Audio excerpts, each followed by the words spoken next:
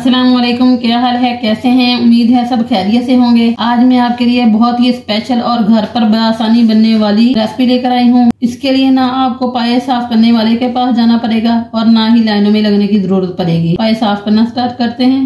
चूल्हे पे आग जला लेंगे तो आप पाया रख देंगे जलाने के लिए। जो मैंने पाया रख दिया जलाने के लिए, ये देखें पाया हमने अच्छी तरह जला लिया। अब हम मिनी ग्राइंडर से इसकी रगड़ कर सफाई कर देंगे। जनी जले हुए बाद जो है ना वो इनकी गुराई करके उतार देंगे।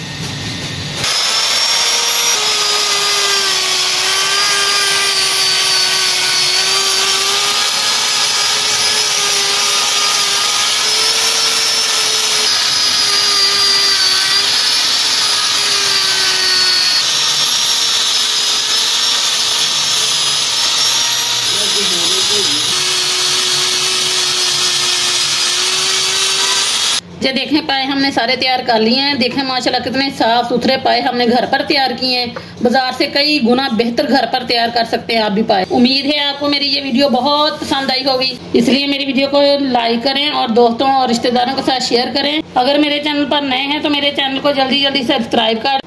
मैं इतनी यूनिक रेसिपी लेकर आपके लिए हाजिर हूँ, इसलिए आपको चाहिए कि जल्दी जल्दी मेरे चैनल को सब्सक्राइब कर दें और कमेंट सेक्शन में मुझे लाजमी बताएं। अल्लाह हाफिज।